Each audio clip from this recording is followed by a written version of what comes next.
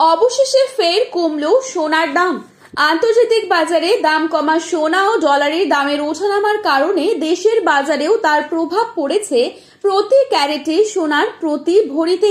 ফলে গত কয়েকদিনের ব্যবধানে প্রতি ভরিতে কমেছে কয়েক হাজার টাকা সোনার দাম। বিশেষজ্ঞরা বলছেন আপাতত এই দাম কমা কিছুদিন থাকতে পারে, তবে হঠাৎ করে আবারও বাড়তে পারে সোনার দাম, এমনটাই অনুমান করছেন বিশেষজ্ঞরা। তাই যারা সোনা কেনার পরিকল্পনা করছেন তাদের জন্য এখনো হতে পারে সেরা সময়। তো আসুন প্রিয় দর্শক, দেখে নেব আজকে 1 ভরি সোনা ও 1 কেজি রূপোর বাজার রেট কত টাকা রয়েছে, কি আপডেট রয়েছে আজকের বাজার রেটে। দেখে নেব আগামীতে সোনা ও রূপোর দাম কেমন থাকবে, এর থেকে আরো বাড়বে নাকি কমবে, কি আশঙ্কা করছেন এ বিষয়ে বাজার বিশেষজ্ঞরা। পাশাপাশি দেখে নেব 18 ক্যারেট গহনা সোনা, 22 ক্যারেট হলমার্ক সোনা এবং 24 ক্যারেট পিওর খাঁটি সোনার বাজার রেট কত পড়ছে। বিস্তারিত জানতে অবশ্যই রিকোয়েস্ট করব ভিডিওটি শেষ পর্যন্ত দেখবেন। চ্যানেলটিতে নতুন এসে থাকলে চ্যানেলটি সাবস্ক্রাইব করে পাশে থাকা বেল আইকনটিকে প্রেস করে রাখবেন, যাতে করে আমাদের দেওয়া নতুন কোনো ভিডিওর আপডেট আপনার কাছে সবার প্রথমেই পৌঁছে যায়। এবং বর্তমানে আপনি কোন জেলা থেকে এই ভিডিওটি দেখছেন সেই জেলার নামটি আমাদের ভিডিওর কমেন্ট বক্সে লিখে জানাতে ভুলবেন না।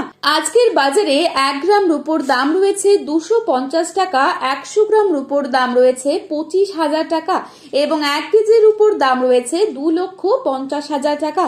এবারে আপনাদেরকে জানাবো আজকের বাজারে কত টাকা রয়েছে 22 ক্যারেট সোনার দাম।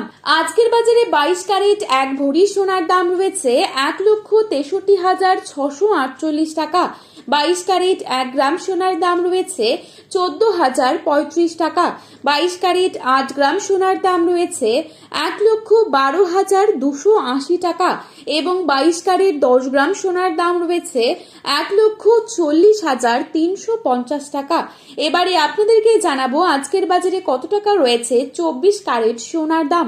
আজকের বাজারে 24 ক্যারেট 1 গ্রাম সোনার দাম রয়েছে 14,737 টাকা। 24 ক্যারেট 8 গ্রাম সোনার দাম রয়েছে 1,17,896 টাকা। 24 ক্যারেট 10 গ্রাম সোনার দাম রয়েছে 1,47,370 টাকা।